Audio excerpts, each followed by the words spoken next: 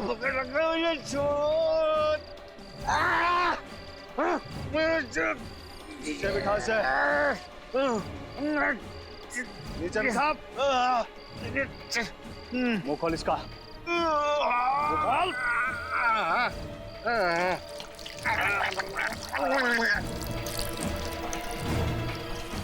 देख लिया ना, उससे पंगा लेने का अंजाम। उससे पंगा लेगा।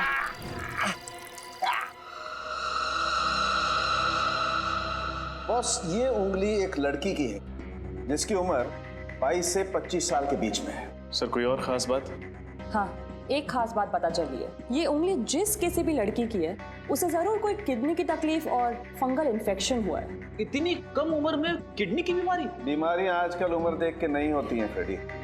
निखिल, एक काम करो, पता लगाओ इस हफ्ते भर में 22 और 25 साल की उम्र की कितनी लड़कियां गायब हुई हैं और उनके गायब होने के रिपोर्ट्स लिखवाए गए हैं। सर हाँ सर, मेरी समझ में ये नहीं आ रहा है कि उस लड़की की उंगली वहां तक पहुंची कैसे? मच्छी ले लो, मच्छी, ताजी ताजी मच्छी, पापलेट, सुरमई, झींगा, मच्छी ले लो, ताजी ताजी मच्छी, मच्छी ले लो, मच्छी, ताजी ताजी मच्छी। मच्छी ताजी है ना? एकदम ताजी। दो हाथ। बांगड़ा कोनी। पापलेट कैसा दिया है? 806 भाई 800 कुछ है? अरे पापलेट बेच रही या सोना? अरे क्या साहिब, मैं मजाक करते हैं। सोना किधर 800 में मिलेगा? एकदम सही भाव है। ये 500 रख और सारी पापलेटें बांध दे। नहीं नहीं साहिब, मेरा आदमी बहुत मेहनत करके मच्छी पकड़ के लाता है, ये भाव नहीं परवड़ेगा। ठीक है, ये 100 और 600 रख। चल ना आपका ना मेरा, 750 लूंगी। बोलो, बांधू मच्छी?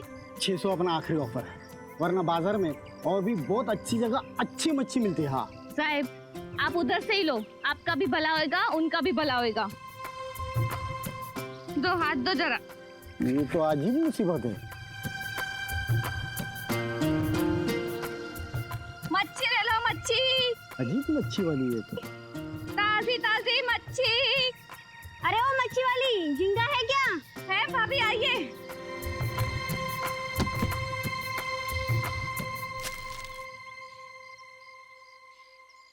मच्छी ले लो, मच्छी। ओ ताई, यहाँ ना। आली आली। सिंगाड़ा है क्या? आहे आहे, हात दे मला। हे बघा, देखने में तो ठीक लग रही है, जरा काट के बताना। क्या मेम साहब, बाहर से जितना ताजा है अंदर से भी उतना ही ताजा है।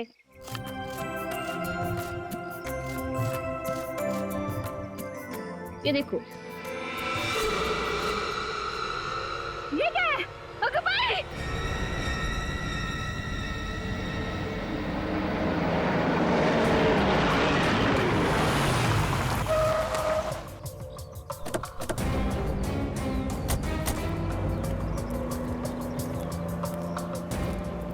भाभी ने फोन किया ना? जी, जरा इससे पूछिए, इस मछली में इंसान की उंगली कहाँ से आई? मुझे कुछ नहीं मालूम साहब, सच्ची मुझे कुछ नहीं मालूम।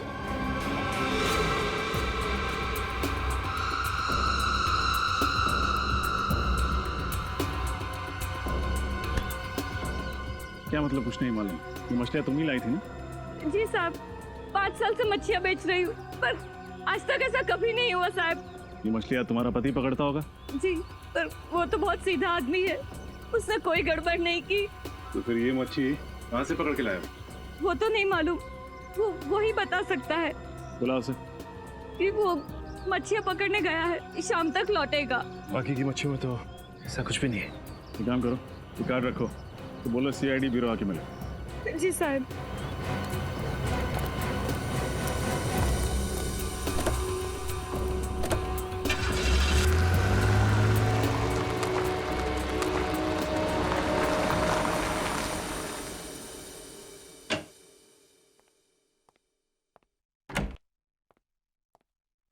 रेडी?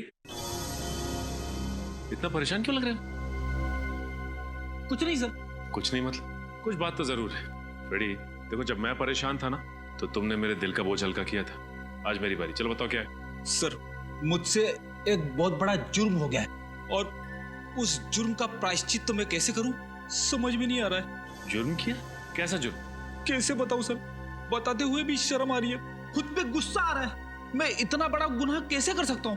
अरे ऐसा क्या गुनाह किया है? चलो अब मुझे बताओ प्लीज। एक शर्त पे बताऊंगा। ठीक है, अब क्या शर्त है बोलो। किसी को बताओगे तो नहीं? अरे फ्रेडी, मैं किसी से कुछ नहीं कहूंगा। देखो, तुमने मेरी बात अपने तक रखी थी, तुम्हारी बात भी मैं अपने तक रखूंगा। चलो बोलो। कान में बताऊंगा। ठीक है।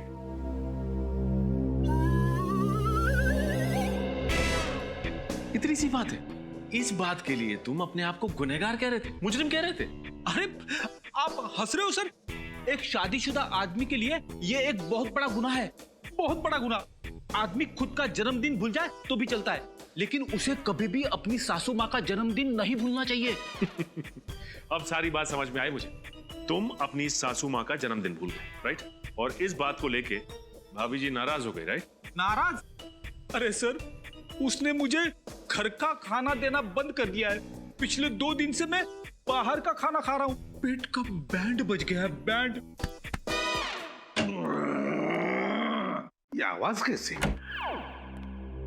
अरे सर कुछ नहीं, फ्रेडी के पेट के रोने की आवाज है सर। फ्रेडी, तुम्हारे पेट के रोने की आवाज थी ये? माय गॉड, कितनी बार कहा है तुम्हें अपने खाने पीने का ध्यान रखो। अरे जाओ जरा दौड़ो, कसरत करो। क्या?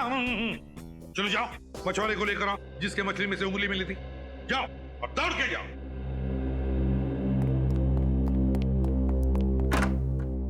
मिसिंग पर्सन ब्यूरो से क्या पता चला? सर इस हफ्ते 5 ऐसी लड़कियों की रिपोर्ट लिखवाई गई है जो मिसिंग है, जिनकी उम्र 22 से 25 के बीच में है। 5 लड़कियां हैं 22 और 25 साल की उम्र की। उनके घर वालों से जाकर पूछताछ करनी पड़ेगी, अच्छी तरह से पूछताछ करनी पड़ेगी। सर,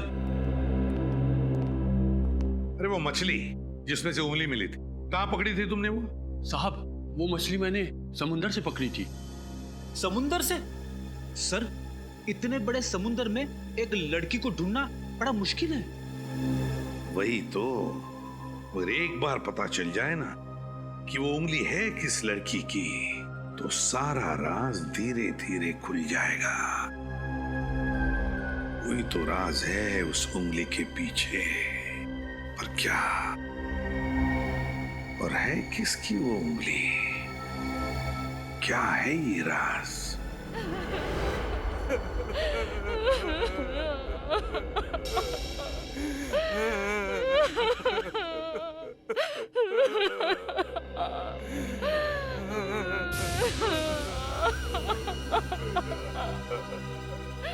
किरण की तो मौत हो गई। सर, हम तो किरण के बारे में जानकारी हासिल करने आए थे, लेकिन यहाँ तो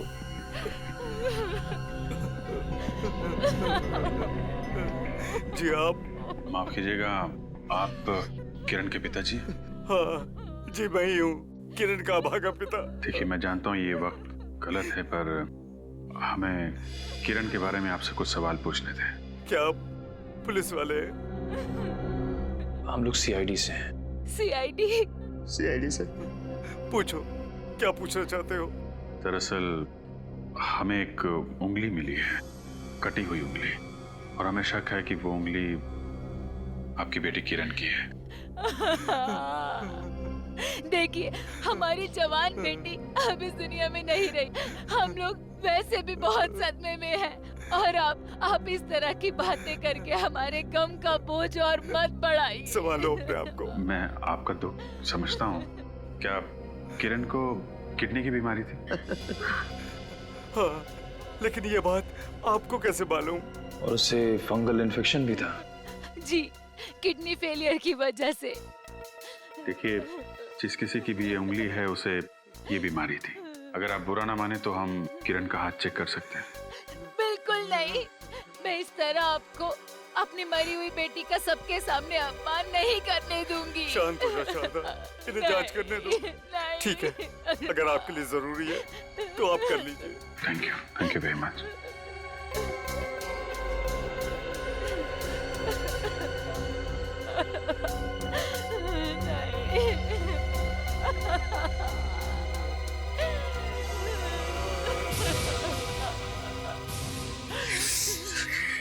सर इसकी उंगलियां तो ठीक हैं मगर नाखून नहीं है। हाँ सर। किरण तो लापता थी, फिर ये आपको कब मिली? कल ही मिली हमें इसकी लाश आरके हॉस्पिटल के मॉर्ग रूम से। Morgue room? जी हाँ। देखिए, मैं जानता हूँ ये आपके लिए आसान नहीं है, पर हमें किरण की लाश फॉरेंसिक लैब ले जानी होगी जांच के लिए। बिल्कुल नहीं, शांत हो जाओ। आप ऐसा नहीं कर सकते। शांत हो, शांत हो, शांत हो। किरण की लाश को फॉरेंसिक लैब भेजने का इंतजाम करो। आसान की ये उंगली किरण की नहीं है ना? हाँ बॉस, ये उंगली किरण की नहीं है। तो फिर किसकी है सर? ये उंगली किसी 50 से 55 साल के बुजुर्ग की है। लेकिन सर आप ही ने तो कहा था कि ये उंगली किसी लड़की की है। हाँ कहा था, लेकिन उस वक्त मैंने सिर्फ नाखून के बलबूते पर कहा था। मगर सर अरे यार, गलती हो गई, मानते हैं हमसे गलती हो गई, हम भी इंसान है बॉस।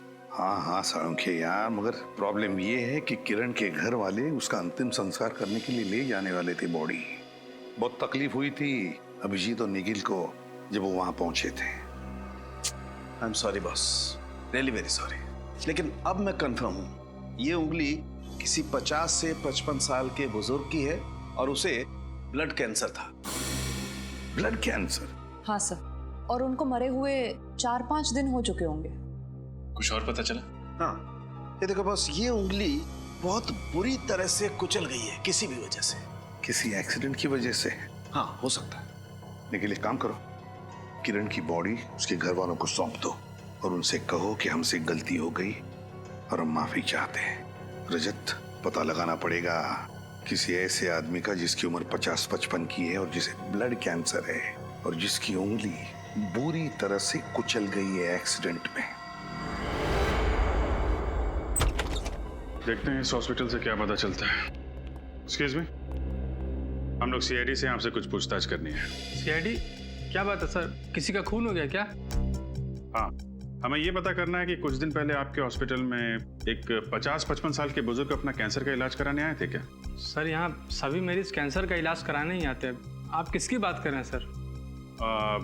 उन्हें ब्लड कैंसर था और एक हादसे में उनके हाथ का आगे का हिस्सा खराब हो गया था, इसीलिए उन्होंने ऑपरेशन भी कराया था उसका। अरे बाप रे, जिस इंसान को कैंसर था उसके साथ ही हादसा भी हो गया। जिंदगी भी ना पता नहीं कितना कष्ट देती है कई लोगों को। सर मैं चेक करके बताता। प्लीज। हाँ सर, आप ठीक कर रहे हैं।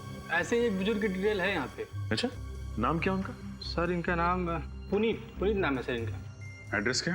सर 32 VRB रोड, ज्योति नगर। ज्योति नगर?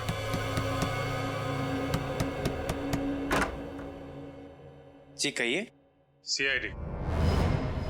सीआईडी? आप लोग मेरे पापा के सिलसिले में बात करने आए हैं ना? क्या वो मिल गए? जी नहीं, दरअसल बात थोड़ी सीरियस है। सीरियस? क्या हुआ सर? सर मेरे पापा ठीक तो है? जवाब दीजिए सर। बात यह है कि हमें कटी हुई उंगली मिली है। कटी हुई उंगली? जी हाँ, और हमें शक है कि वो उंगली आपके पिता पुनीत जी की है। क्या? ये नहीं हो सकता। नहीं, ये नहीं हो सकता। ऐसा ही हुआ है, यही सच है। कहाँ मिली उंगली? मछली के अंदर। मछली के अंदर से? जी हाँ। लेकिन आप लोग इतने यकीन के साथ कैसे कह सकते हैं कि वो उंगली मेरे पापा की ही है? देखिए, वो उंगली किसी 50-55 साल के आदमी की है जिसे ब्लड कैंसर है। Blood cancer?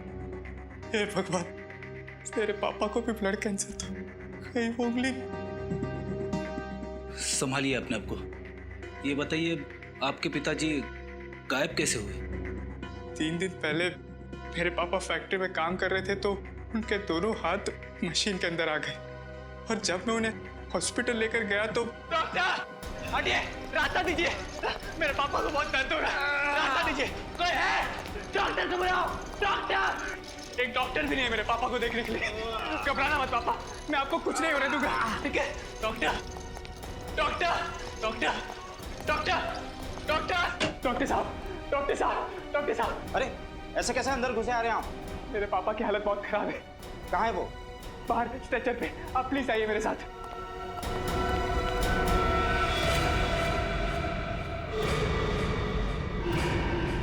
कहाँ है आपके पिताजी? यहीं पे तो थे, कहाँ चले गए? ये कैसा मजाक है? ये मजाक नहीं डॉक्टर साहब, यहीं पे तो थे, मैं भी उन्हें स्ट्रेचर पे लाया था। पापा, पापा, पापा, नर्स, मेरे पापा कहाँ हैं? मैं अभी उन्हें स्ट्रेचर पे लेके आया। नहीं, मैंने नहीं देखा आपके पापा को। नहीं देखा, नहीं देखा। पापा, भाई साहब, मेरे पापा कहाँ हैं? हाँ, मेरे पापा कहाँ हैं? मुझे क्या पता? नहीं पता। कहाँ गए मेरे पापा? पापा, पापा, पापा। कौन से हॉस्पिटल में गए थे आप? RK hospital. RK hospital? Sir, ये तो वही हॉस्पिटल है ना जिसके मॉर्ग में किरण की लाश रखी गई थी? कहीं इन दोनों बातों का आपस में कोई संबंध तो नहीं? R K hospital. सालुंके, तरीका सालुंके कहाँ है? हाँ सर, सालुंके सर, वो एक्चुअली सर। एक्चुअली वो कहाँ है? सालुंके कहाँ है? सर दरअसल बात यह है कि मैं क्या कह रही थी। कहाँ है सालुंके? कुछ गड़बड़ की है क्या उसने? नहीं, ऐसा कुछ नहीं है। ऐसा कुछ नहीं है? वहां क्यों देख रही हो? सालुंके, सर वहाँ पे मत जाइए, वहाँ पे कोई नहीं है। सालुंके, सालुंके, ये क्या बचपना है? नहीं कुछ नहीं, वो मैं क्या मैं क्या? हाँ? जरूर कुछ गड़बड़ की है तूने? नहीं, गड़बड़ कुछ नहीं की बस। तो फिर ऐसे छुप के क्यों बैठा? मैं निकलता हूँ, बाहर निकलता हूँ, लेकिन एक शर्त है। अरे फिर बचपना? तुम मुझे कुछ कहोगे नहीं। तू पहले बाहर आ। हाँ, निकलता हूँ। क्या हुआ बता? क्या गड़बड़ की है तूने? नहीं, गड़बड़ कुछ नहीं की बॉस। मैं तुम्हें कुछ बताना चाहता हूँ। क्या बताना चाहता है? बॉस, वो जो उंगली है, हाँ, वो उंगली एक लड़की की भी है और एक आदमी की भी। क्या कहा तूने? ये उंगली एक लड़की की भी है और एक आदमी की भी? हाँ। क्या बात कर रहे हैं सालुंके साहब? एक उंगली तो एक ही इंसान की हो सकती है ना। अब ये उंगली एक आदमी और एक लड़की दोनों की कैसे हो सकती है? वो इसलिए रजत, ये पूरी की पूरी उंगली है तो पुनीत जी की, लेकिन उस पर जो नाखून लगा हुआ है वो है किरण का। ये उंगली है पुनीत की, पर नाखून लगा है किरण का। मतलब तुम्हारे कहने का मतलब है कि नेल ग्राफ्टिंग किया है? एग्जैक्टली बॉस, यही मैं कहना चाहता हूँ बॉस। ये जो उंगली थी ये कुचली हुई थी, और इस कुचली हुई उंगली पर किसी का नेल ग्राफ्ट किया गया है। नेल ग्राफ्टिंग का मतलब है अगर नाखून टूट जाए तो उसकी जगह पे ऑपरेशन के जरिए किसी और का नाखून लगवाना। अरे वाह, आज सूरज किधर से निकला भाई?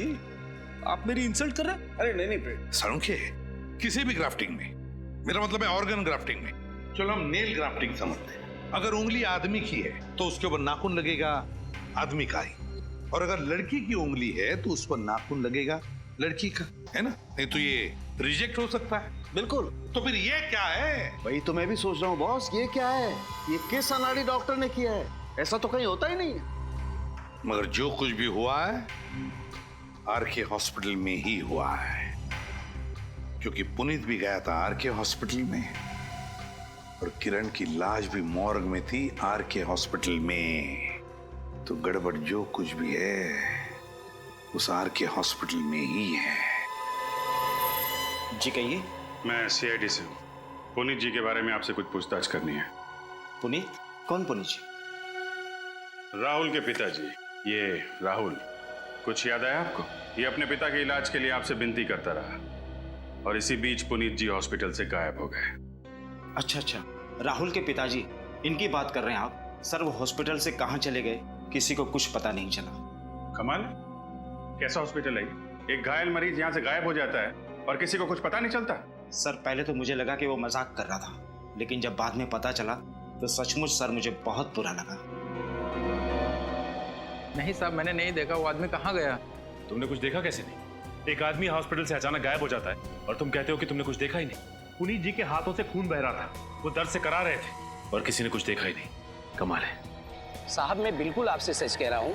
मैंने उन्हें अंदर आते हुए तो देखा था, पर बाहर जाते नहीं। वो इस गेट से बाहर नहीं गए।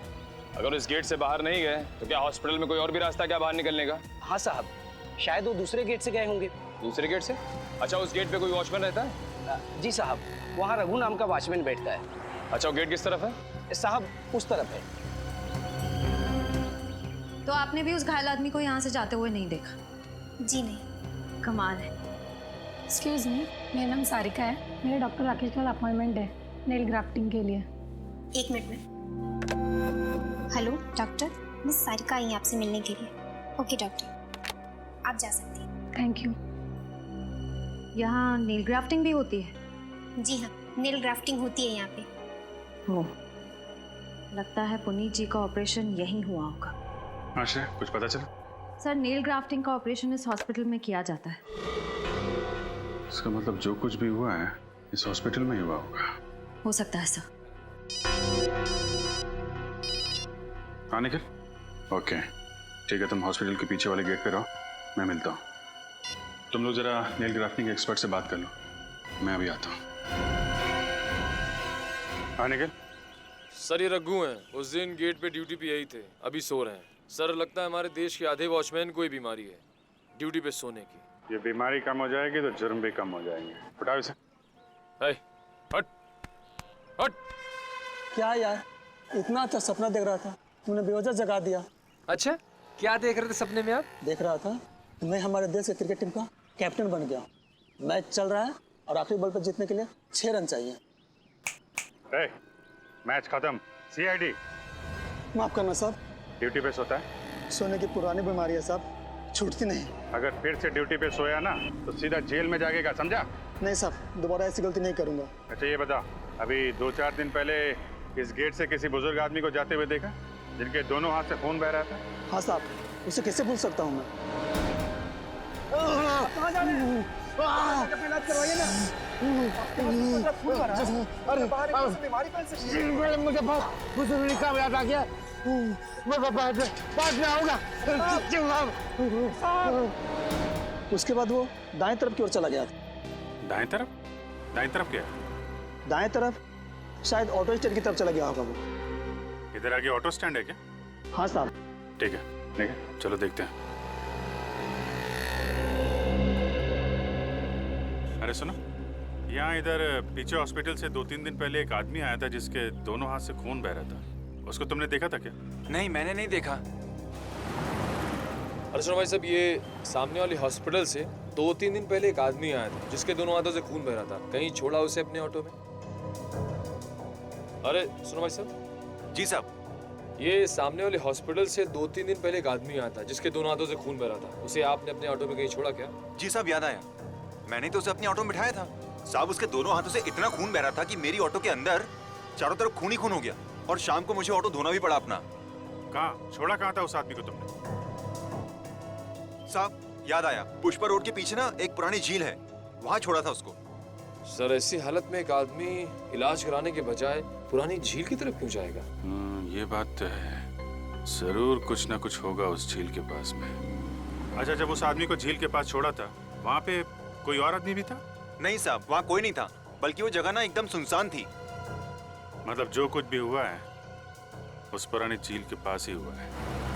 शायद किसी ने पुनीत को मार के उसमें डाल दिया और फिर उसकी उंगली उस झील के अंदर मछली के पेट तक पहुंच गई। मुझे कल तक तुम सबके असाइनमेंट्स चाहिए, ओके? सर प्लीज एक हफ्ता और दे दीजिए। नो जिमी, जिंदगी में डेडलाइन की कुछ अहमियत होती है, उसका पालन करना सीखो। अरे आप लोग? जी हम लोग सीआईडी से। सीआईडी? जी हाँ सीआईडी। तुम लोग जाओ। Okay sir. कहिए मैं आपकी क्या मदद कर सकता हूँ? इस हॉस्पिटल में नेल ग्राफ्टिंग एक्सपर्ट आप ही हैं ना? जी हाँ। तो आप ये बताएंगे कि किसी आदमी की उंगलियों पे औरत के नाखून लगाए जा सकते हैं? वैसे तो लगाए जा सकते हैं, लेकिन ऐसा कोई करता नहीं। हम यहाँ लड़के के हाथ में लड़के के और लड़कियों के हाथ में लड़कियों के ही नाखून लगाते हैं। तो फिर आपने पुनीत के हाथों पर किरण के नाखून क्यों लगाए? कौन पुनीत और किस किरण की बात कर रही हैं आप? हम इस पुनीत और इस किरण की बात कर रहे हैं। ये पुनीत है और ये किरण। कुछ याद आया आपको? अरे ये तो... जी हाँ, लाश की फोटो है। नहीं, मैं इन दोनों में से किसी को नहीं जानता। देखिए आप झूठ मत बोलिए। ये पुनीत है जो अपने बेटे के साथ यहाँ पे आए थे, इनका एक्सीडेंट हुआ था। और ये किरण जो आपके हॉस्पिटल के मॉर्ग रूम में थी। देखिए इस हॉस्पिटल में सैकड़ों मरीज होते हैं, मैं सबके नाम तो याद नहीं रख सकता। मैं आपके सवाल के जवाब में इतना ही कहूँगा कि मैंने ऐसी नेल ग्राफ्टिंग कभी नहीं की। आपने नहीं किया तो इस हॉस्पिटल में किसी और ने किया होगा। मगर मेरे अलावा कोई भी डॉक्टर इस हॉस्पिटल में नेल ग्राफ्टिंग करना जानता ही नहीं। लेकिन आपके स्टूडेंट्स तो जानते हैं ना? मेरे स्टूडेंट्स? जी हाँ, आपके स्टूडेंट्स। उनका नाम नंबर चाहिए हमें। नाम और नंबर? जी हाँ। क्यों? उनकी खातिरदारी जो करनी है, और उसके लिए उन्हें ब्यूरो ले जाना होगा। देखिए, हमें अच्छी तरह से पता चल चुका है कि मिस्टर पुनीत की नेल ग्राफ्टिंग तुम में से किसी ने की है। बताओ, किसने की है? सर, हम लोग तो स्टूडेंट है, पढ़ाई करते हैं, हम ऐसे क्यों करेंगे? जीके हॉस्पिटल के नेल ग्राफ्टिंग सर्जन का कहना है कि उन्होंने इस तरह की नेल ग्राफ्टिंग बिल्कुल नहीं की। तो बचते हैं सिर्फ आप लोग। बोलिए, आप में से कौन है जिसने ये नेल ग्राफ्टिंग की? कौन है जिसने किरण की उंगलियों के नाखून पुनीत जी को लगाए? सर, अगर हमें नेल ग्राफ्टिंग करनी होती तो हम लड़की के नाखून पुनीत जी को क्यों लगाते? ये तो हमारे उसूलों के खिलाफ है सर। वो इसलिए क्योंकि उस वक्त किरण की लाश भी तुम्हारी हॉस्पिटल के मॉर्ग रूम में पड़ी हुई थी। तुम लोगों ने सोचा कि क्यों ना किरण के ही नाखून लगा दिए जाए। अरे क्या हुआ, तुम्हें तो बड़े पसीने आ रहे हैं। लो, पहुंच लो। ऐसी तो कोई बात नहीं है। रेडी? इसे सिर्फ पसीना ही नहीं आ रहा है, इसके तो हाथ भी कांप रहे हैं। नाम क्या है तुम्हारा? जिमी। जिमी, कहीं ये नेल ग्राफ्टिंग तुम्ही ने तो नहीं की? नहीं सर। देखो जिमी, झूठ मत बोलो। झूठ बोलना भी एक अपराध है, समझे? सर माफ कर दो सर, गलती होगी।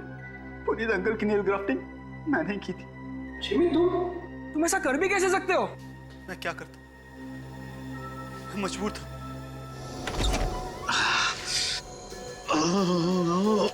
ओह नो, ये कैसे हुआ? आपका तो बहुत खून बह रहा है। काम करते वक्त बेचारे का हाथ मशीन में आके बेटा उंगलियों के नाखून खराब हो गए। अंकल, अगर नाखून खराब हो गए हैं तो हो सकता है नेल ग्राफ्टिंग करानी पड़े। पर बेटा, इसमें तो बहुत खर्च आएगा। देखो बेटे, ना तो इनकी इतनी हैसियत है और ना ही इनके बेटे राहुल की इतनी हैसियत जो लाखों रुपए के इलाज का खर्च उठा सके। देखिए अंकल, मैं 25-30 हजार तो दे सकता हूँ, लेकिन उससे ज्यादा नहीं बेटा, तुम गलत समझ रहे हो। हमें पैसे नहीं चाहिए। तुम्हें नेल ग्राफ्टिंग आती है ना? हाँ अंकल।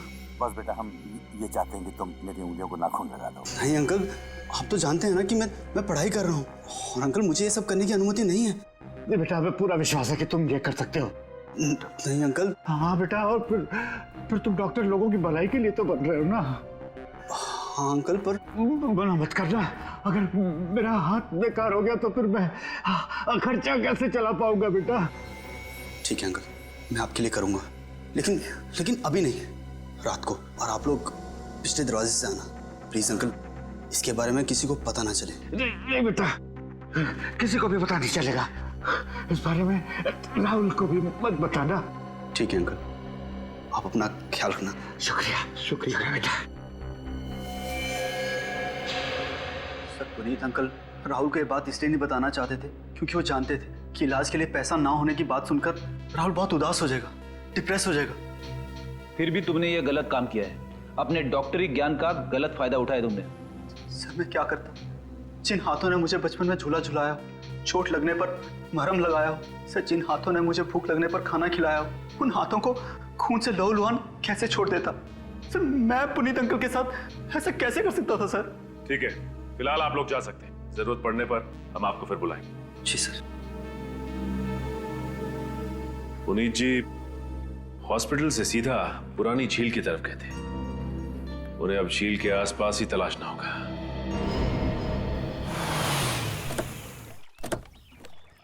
कुछ तो बोलिए सर। सर आप कुछ बोलेंगे नहीं तो मेरी कुछ समझ में नहीं आ रहा है सर। कहाँ आ गए सर? सर आप लोग ऐसे चुप रहेंगे तो प्लीज सर बताएं ना, हम लोग यहाँ पुरानी झील पे क्यों आए सर? क्योंकि पुनीत जी हॉस्पिटल से सीधे यहीं आए थे और हमें शक है कि नहीं सर, आप प्लीज ये मत कहिएगा कि आपको शक है कि मेरे पापा की लाश इस झील में है। मेरे पापा जिंदा है सर। मेरा दिल कह रहा है कि उन्हें कुछ नहीं हो सकता, उन्हें कुछ नहीं हो सकता है सर। मैं भी यही उम्मीद करता हूँ। आप लोग तलाशी शुरू कीजिए।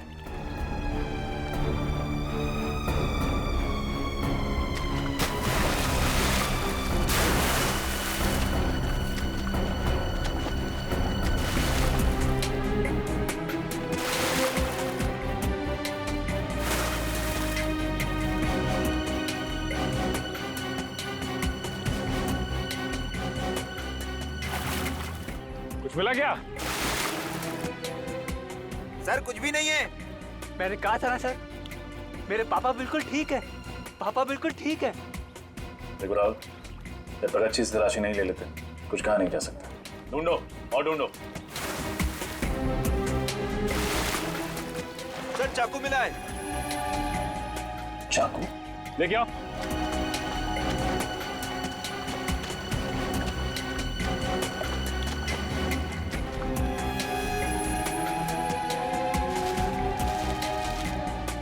और अंदर जाके देखो।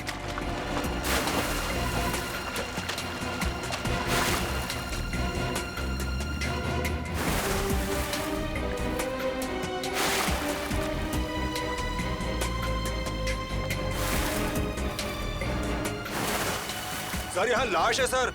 लाश? लाश? लाओ बाहर लेके आओ। ए जल्दी आओ। चलो पकड़ो लाश निकालो।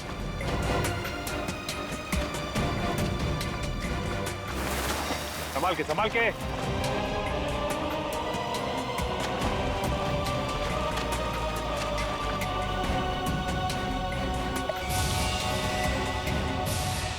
पापा, पापा,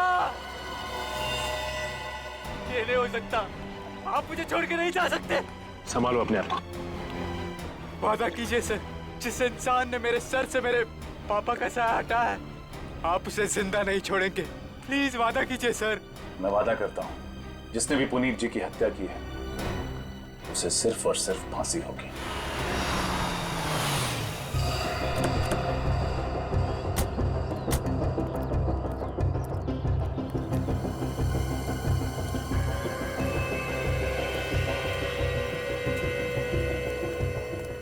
आप लोग साहब? हम लोग सीआईडी से हैं। यहाँ के मैनेजर या मालिक जो कोई भी है जल्दी बुलाओ उन्हें। जी साहब।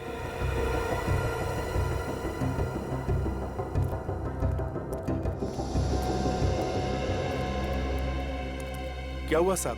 मैं इस फैक्ट्री का मालिक हूँ हरीश, और ये है यहाँ के मैनेजर दिलीप। मिस्टर हरीश, आपके फैक्ट्री में पुनीत नाम का एक आदमी काम करता था। हमें उसकी लाश पुरानी झील में से मिली है। लाश? जी हाँ, लाश। जिस दिन उसकी मौत हुई ठीक उसी दिन आपकी फैक्ट्री में काम करते हुए उसका हाथ किसी मशीन में आ गया था ना? हाँ साहब, आया था साहब। लेकिन साहब इसमें मशीन की कोई गलती नहीं है। पुनीत खुद ही बहुत लापरवाही से काम करता था साहब। बिल्कुल नहीं साहब, हमने पुरानी मशीनें बदलने के लिए इन्हें कई बार कहा, इन्होंने एक भी नहीं सुनी। अब इसका नुकसान तो हम मजदूरों को उठाना पड़ता है साहब। साहब ये झूठ बोल रहा है। मेरे पास सारी मशीनों की रसीदें हैं, आप खुद चेक कर लीजिए। मशीनों को ज्यादा साल नहीं हुए। वो तो हम बाद में देख लेंगे। फिलहाल हम लोग यहाँ पे पुनीत के खून के बारे में जानने आए हैं। क्या पुनीत का खून हुआ? हाँ खून। पहले किसी ने पुनीत को चाकू से मारा और फिर उसकी लाश को झील में फेंक दिया। पर साहब ऐसा क्यों करेगा कोई? और पुनीत की किसी के साथ कोई दुश्मनी भी नहीं थी। दुश्मनी थी ना, इस गगन के साथ। अब मुझसे? हाँ साहब, इस गगन ने पुनीत से 5,000 रुपए लिए और उसके बार बार समझाने के बावजूद भी ये उसके पैसे वापस नहीं कर रहा था। ये सच है साहब कि मैंने 5,000 रुपए पुनीत से उधार लिए थे, मगर 5,000 रुपयों के लिए मैं पुनीत का खून क्यों करूंगा? क्यों नहीं? तुमने सोचा होगा कि पुनीत को मारकर वो पैसे वापस लौटाने ही नहीं पड़ेंगे। ये क्या बकवास है, सरासर झूठ है साहब। मैंने इनके ऊपर इल्जाम लगाया ना साहब, तो ये लोग उल्टा मुझे ही फंसा रहे हैं साहब। अच्छा, पहले ये बताओ कि जब पुनीत गायब हुआ उस दिन उसका बर्ताव कैसा था? साहब वो काफी परेशान सा था और घबराया हुआ था साहब। परेशान था, घबराया हुआ था, क्यों? उसकी वजह तुमने जानने की कोशिश नहीं की? हाँ मैंने उससे कई बार जानने की कोशिश की, लेकिन उसने मुझे कुछ नहीं बताया। आप लोगों को मालूम है पुनीत की परेशानी की वजह क्या थी? साहब पक्का तो नहीं मालूम, मगर शायद वो रमेश जी की वजह से परेशान होंगे। रमेश? कौन रमेश? वो साहब कोई नहीं साहब, कोई नहीं। देखो, अपने मालिक से डरने की कोई जरूरत नहीं है। जो भी बात है खुल के बोलो। साहब जिस दिन पुनीत जी गायब हुए थे उसके ठीक एक दिन पहले रमेश जी भी गायब हुए थे। रमेश गायब हो? ये रमेश यहाँ पे फैक्ट्री में काम करता था? जी साहब। आपने रमेश के गायब होने की रिपोर्ट नहीं लिखवाई पुलिस में? मैं लिखाने जा रहा था साहब, पर इन साहब ने मना कर दिया। साहब मैं घबरा गया था कि पुलिस के चक्कर में कहीं मेरी इस फैक्ट्री को ताला न लग जाए। ताला तो अब भी लगेगा आपके फैक्ट्री में। विनीत, फैक्ट्री को सील कर दो। Yes sir. यहाँ तब तक काम नहीं होगा जब तक हम इस केस के जड़ तक नहीं पहुंच जाते हैं, समझे? अरे साहब ऐसा मत कीजिए, इस फैक्ट्री से कई मजदूरों के घर चलते हैं। क्यों मालिक, आज हमारे घरों की बड़ी फिक्र हो रही है? नहीं गगन, तुझे तो मैं बाद में देख लूंगा। हाँ, देख लेना। जरूर इस पुनीत के खून का राज रमेश के साथ जुड़ा हुआ है। तो ये बात तो पक्की है कि ये उंगली पुनीत की है। हाँ बॉस, और ये बात भी पक्की है कि इसका खून इसी चाकू से हुआ है जो आपको झील में मिला था। कुछ नई बात बता साळुंके। नई बात बताने के लिए बुलाया। आओ, ये देख रहे हो क्या है? पानी। फ्रेडी सर, पानी के ऊपर तैरता हुआ कुछ नजर आ रहा है? तेल? बिल्कुल, और ये तेल मिला है मुझे पुनीत जी के पेट में। मतलब समझते हो इसका फ्रेडी? समझ गए सालुंके साहब, झील की पानी में तेल था जो पुनीत के पेट में चला गया। नहीं फ्रेडी, ये तेल पहले से इनके पेट में था। सर, कहीं पुनीत ज्यादा तला हुआ खाना तो नहीं खाता था? नहीं फ्रेडी, तला हुआ खाना खाने से ये तेल पुनीत के पेट में नहीं आया है। ये तेल पुनीत को पिलाया गया है, जबरदस्ती पिलाया गया है। सर, पुनीत जी तेल की फैक्ट्री में काम करते थे ना, तो फिर वहीं कहीं। बिल्कुल सही रजत, बिल्कुल सही। पुनीत की मौत का राज वहीं पर छुपा हुआ है जहां पर ये काम कर रहा था, उसी ऑयल फैक्ट्री में।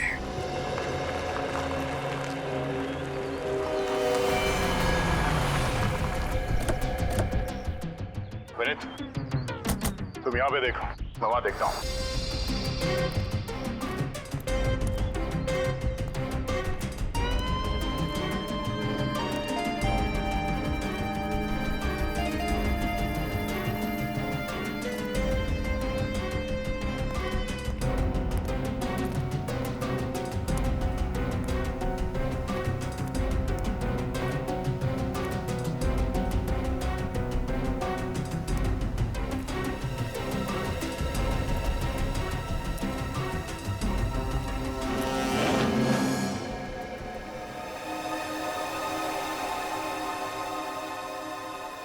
काफी ढीली है यहाँ पे।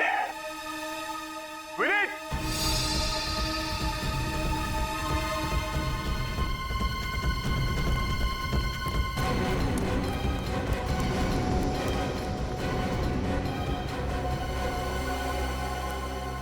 Yes sir. एक काम करो भाई, गाड़ी में से खोदने के लिए कोई सामान लेके आओ। Yes sir.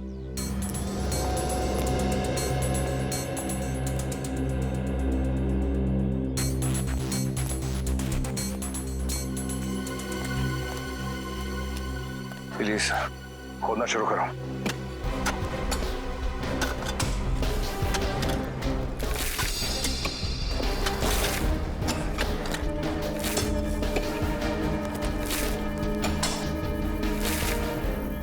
एक मिनट,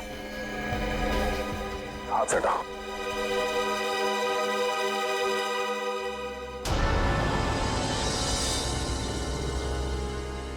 सर, कहीं ये रमेश की लाश तो नहीं? साहब, जिस दिन पुनीत जी गायब हुए थे उसके ठीक एक दिन पहले रमेश जी भी गायब हुए थे। हो सकता है जिस बात का डर था वही हुआ। एक काम करो विनीत, इस ऑयल फैक्ट्री के मालिक और यहाँ के वर्कर्स, उन सबको यहाँ पे बुलाओ। Yes sir.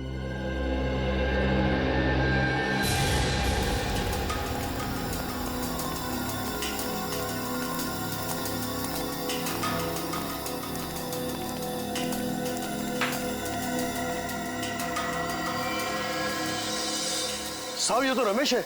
रमेश की लाश को यहाँ गाड़ रखा है और हम में से किसी को कुछ खबर नहीं। तो मिस्टर हरीश, क्या कहना है आपका? मैं क्या कहूँ सर, मुझे नहीं मालूम कि ये लाश यहाँ कैसे आ गई। लाश? इस लाश का नाम रमेश है। इसका नाम जरा इज्जत से लीजिए।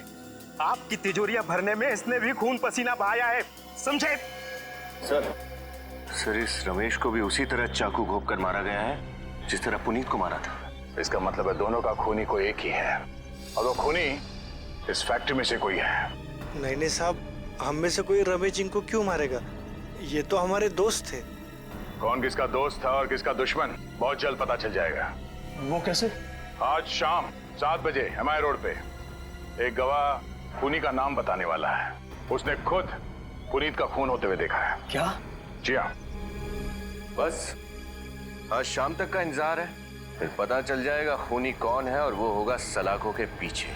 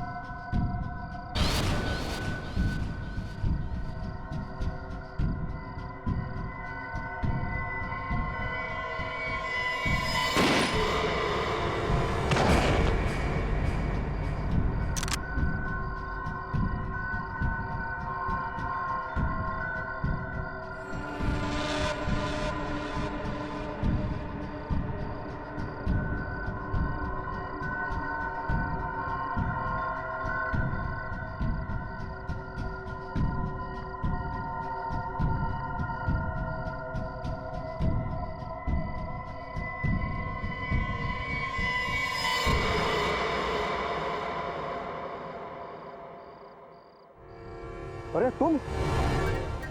हाँ मैं। तुम जिंदा हो? तुमको क्या लगा मैं मर गया? ये सब बुलेट प्रूफ जैकेट का कमाल है। ये देखो।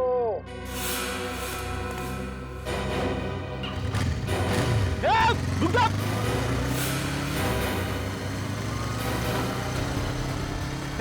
रुक जा! सर जल्दी जल्दी!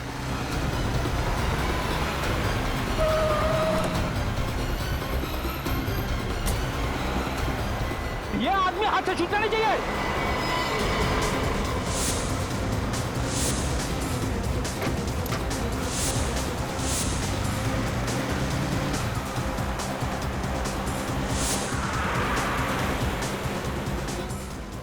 सर ये तो हाईवे की तरफ भाग रहा है।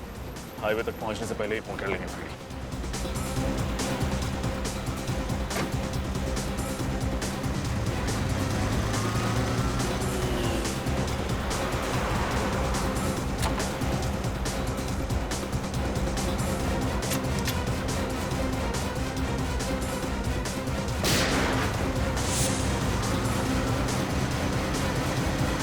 तेरी तो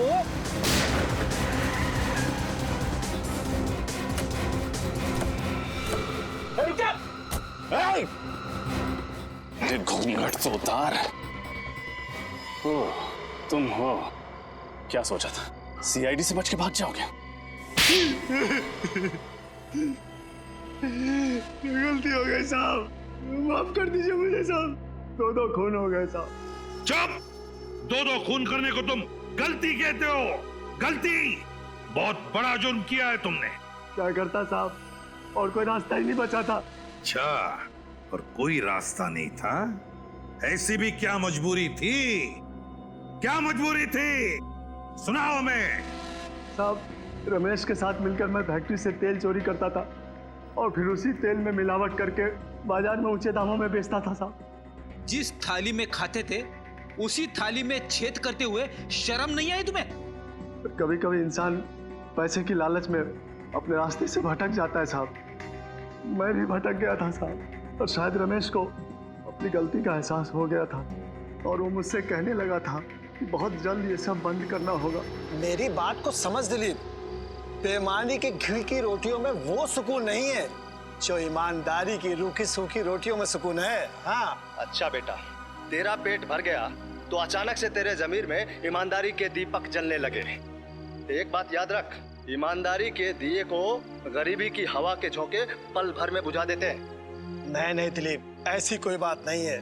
मैं अपने मालिक को और ज्यादा धोखा नहीं दे सकता, इसलिए आज से इस काले धंधे में तुम्हारा साथ नहीं दे सकता भाई। बस तू मत दे मेरा साथ, मैं ये काम अकेला भी कर सकता हूँ। नहीं, तुम ऐसा नहीं कर सकते हो। अगर तुम ऐसा करोगे तो मैं मालिक को सब कुछ बता दूंगा। तो ईमानदारी की चिंगारी इतनी भड़क चुकी है तो आज मैं तुझे दिखाता हूँ इस चिंगारी को मैं कैसे बुझाता हूँ।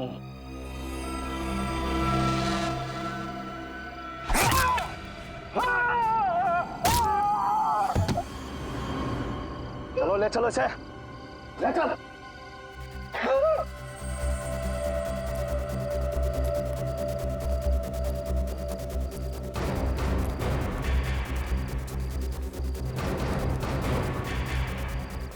चलो चलो जल्दी चलो।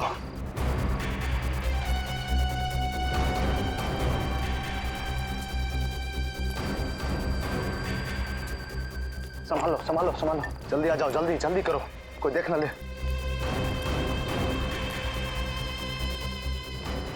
जल्दी खोलो, जल्दी करो, कोई देख लिया तो मुसीबत हो जाएगी, जल्दी करो। इधर से खोदो, खींचो इसे।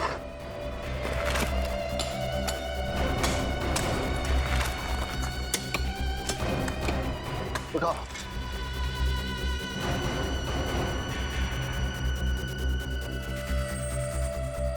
डाल दो, कोई देख लेगा तो मुसीबत हो जाएगी। मैंने देख भी लिया है और सुन भी लिया है। मैं रमेश की कुर्बानी हुई बर्बाद नहीं होने दूंगा। तुम लोग अपने आप को कानून के हवाले कर दो, वरना क्या कर लोगे?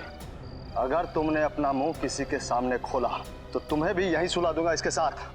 मैं तुम लोगों से डरने वाला नहीं हूं। तुम लोग आज ही अपने आप को सीआईडी के हवाले कर दो, वरना मैं खुद सीआईडी को फोन लगाऊंगा।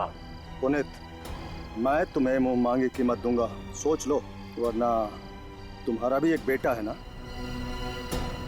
जाओ, सोच समझ लो अच्छी तरह। रमेश का खून करते हुए पुनीत ने तुम्हें देख लिया तो तुमने पुनीत को भी मार डाला। पुनीत को मैंने उसकी जिंदगी बचाने का मौका दिया था। नोटों से मैंने उसका मुंह बंद करना चाहा था, लेकिन वो अपनी गरीबी में ही खुश था। पैसों की चमक से भी उसकी ईमानदार आंखें चौंधिया नहीं पाई साहब। क्योंकि सच्चा इंसान था वो, एक सच्चा इंसान जिसकी ईमानदारी तुम खरीद नहीं सके, और फिर इसलिए तुमने उसका हाथ मशीन में डाल दिया। हाँ साहब, लेकिन वो खुश नसीब था कि उस समय बच गया।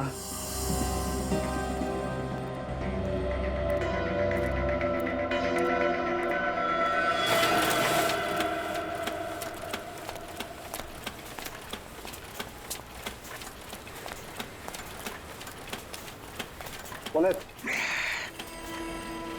तो फिर क्या सोचा तुमने? सोच लिया मैंने, मैं सीआईडी के पास जाऊंगा। जब सोच लिया है तो फिर काम पे लग जाओ। क्या कर रहा है? ये क्या हो रहा है?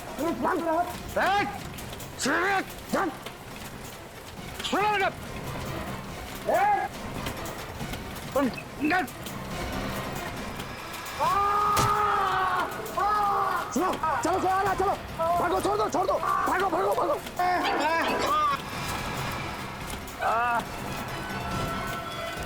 अरे पुनीत, पुनीत कैसे हो गया भाई? पुनीत, पुनीत फोन लगाता हूँ। पुनीत जी, राहुल, तुम्हारे पापा का हाथ मशीन में आ गया बेटा, हम सब संभाल रहे बेटा, तुम जल्दी आ जाओ बेटा।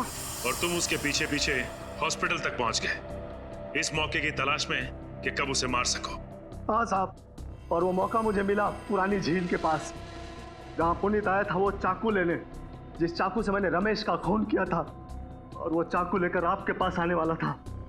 इसीलिए मैंने उसी चाकू से उसका भी खून कर दिया, और फिर सबक सिखाने के लिए मैंने उसके मुंह में वही तेल डाल दिया। छोड़ दे, नीचे ले इसको, नीचे बिठा, वो खोल इसका।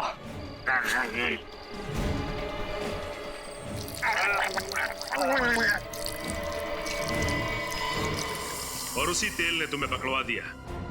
तुम्हारे जुर्म की पूरी दास्तां कह दी उस तेल ने। अब सड़ते बैठना जेल की सलाखों के पीछे, फांसी का ऑर्डर आने तक हिसाब लगाते बैठना कि कहीं ये बेईमानी का तेल तुम्हें महंगा तो नहीं पड़ा। For more updates, subscribe to our channel, click the show links and enjoy watching the videos.